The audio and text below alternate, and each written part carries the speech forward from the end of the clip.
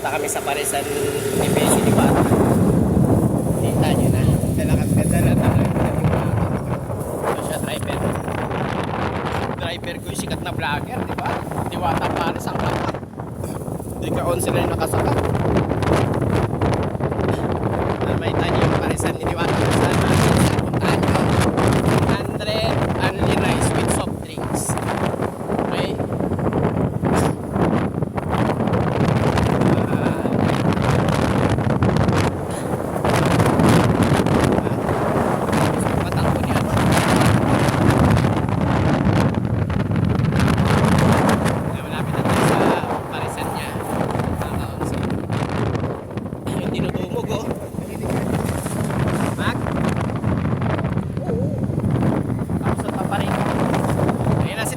Inaabangan siya ng mga ng mga tao dito eh.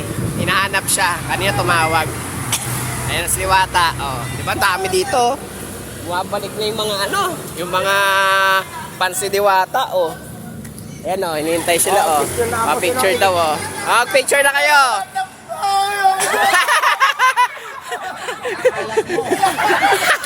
Ang alat. Kiss pa, dami mga customer ni Diwata, di ba? Oh. Diba? Ito mga kaonsi, oh. Dami, oh. Dami nagmamahal kay Diwata, guys, oh. Diba? Mabait kasi yan. Diba? Bagong bukas na ito Parisan nyo. Dami kumakain. Ayun na, kumakain kami dun sa, sa Jasmine Eatery. Tumawag yung tauhan niya. Dami daw magpa-picture, naghihintay sa kanya para kumain. Dami. Pwesto nyo, oh. Diba? Dami. Ito yung niya, oh. 100. Diba?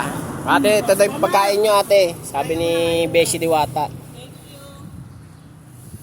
Dahil dyan, pumunta si Diwata, libre daw lahat. Na-joke lang. Ulit pala yung dayo na. Hanggang dito na mga kaonse, ah. Bye-bye.